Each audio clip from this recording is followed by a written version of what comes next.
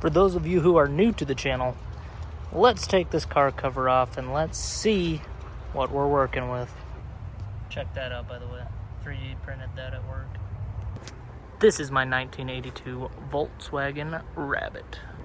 Here is a full rundown on all the exterior modifications.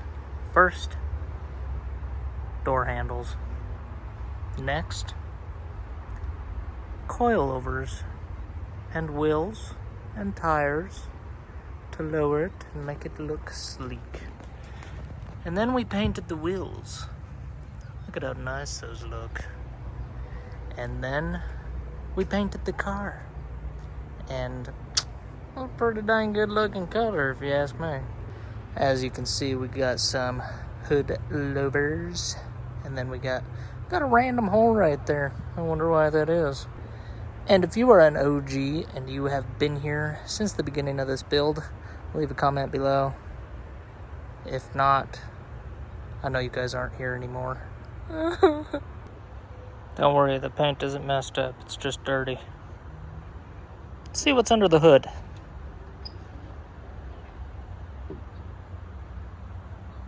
Boom! So when I got this car, it was a 1.6 liter with a carburetor. Right there.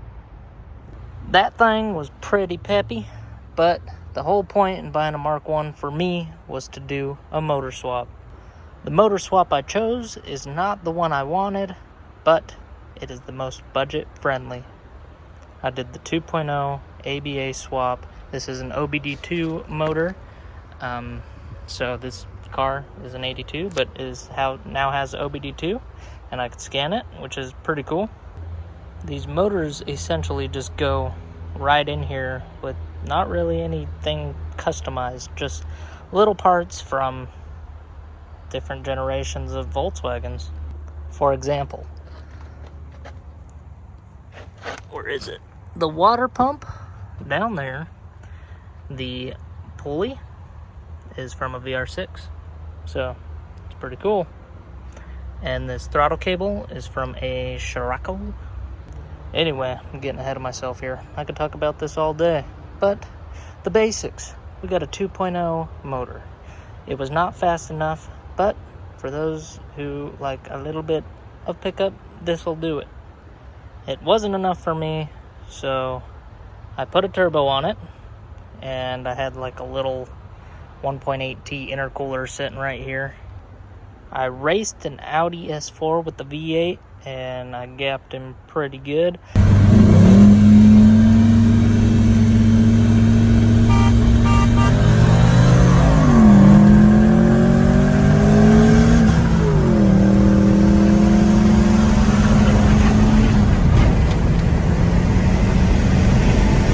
But after that, the car never ran the same.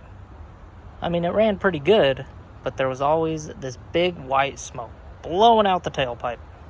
Okay, now we're smoking like a sieve.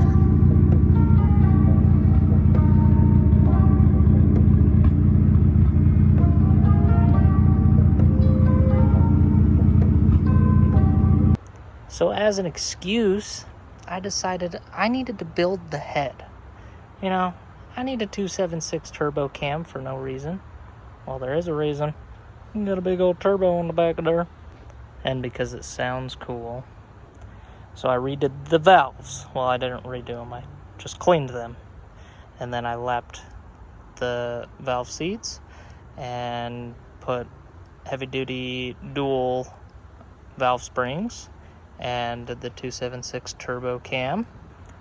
Reinstalled the head, and boom, still smoking. It can never be that easy, right? No, of course it can't be that easy.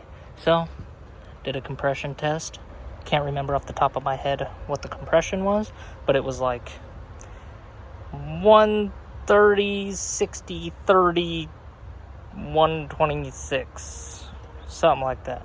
So these two cylinders right here were bad. And when I say bad, I was not expecting how bad. Piston 2 and 3 were completely cracked. They were practically shattered. I don't know how the car was driving around. I don't know how I was getting in boost. I was still making 20 pounds of boost. Isn't that insane? So anyway, instead of building the block, these motors are quite abundant. I went to the junkyard, I got some rods and pistons and piston rings. I gapped the piston rings for boost, and I put it all back together. As far as I can tell, she's doing good, but I'm still scared it's gonna blow up. I don't know why I'm scared it's gonna blow up. I think I'm more scared of the fact of having to spend money to get a tow truck to pull me back here. 50mm turbo in the back, big ol' intercooler in the front. Super fast. As you can see, there are some dents in the passenger side door. That's because I was going to a car meet for probably the first time ever in this car before it was painted, and someone hit me. Why I haven't swapped out the door yet, I don't know. I just painted over it. So ignore that. Look at these fresh door handles right here. Let's pop this bad boy open. It's messy inside. So, let's talk about the interior. I tried redoing the dash. It was much worse. It was horrific. Huge cracks, giant holes. So I redid that. And all of this is on video, by the way. There's a playlist called MK1 ABA swap and MK1 interior restoration. So go check out those playlists for the full videos on how I did all this stuff. My real first modification was this steering wheel. And the reason I did that was because this car came with a hub. And I was like, well, this steering wheel's cheap because it's not real. And I'm just gonna slap a steering wheel on there. So as you can see, we have some aftermarket gauges. That was one of my most recent adventures. It's really not that difficult. This right here is a GPS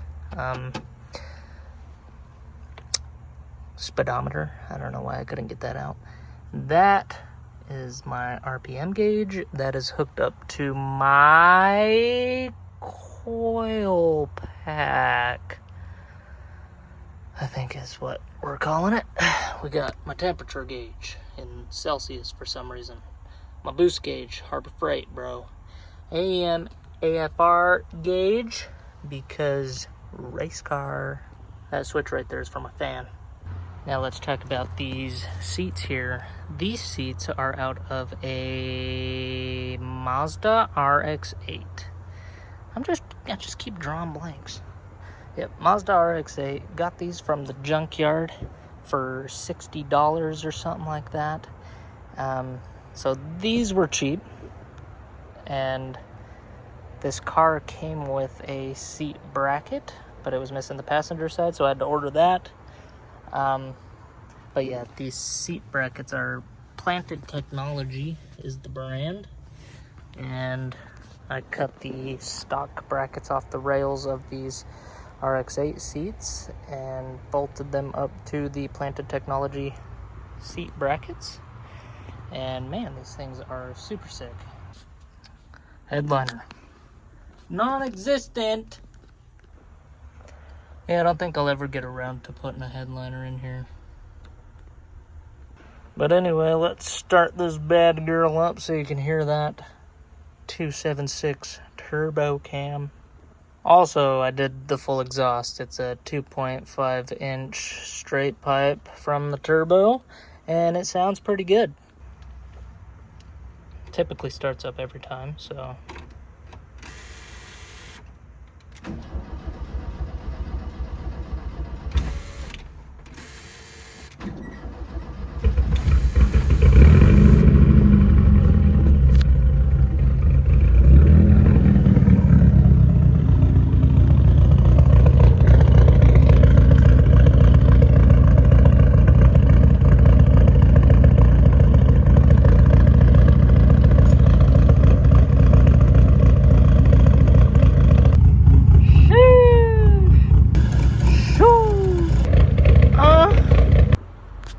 that's my build.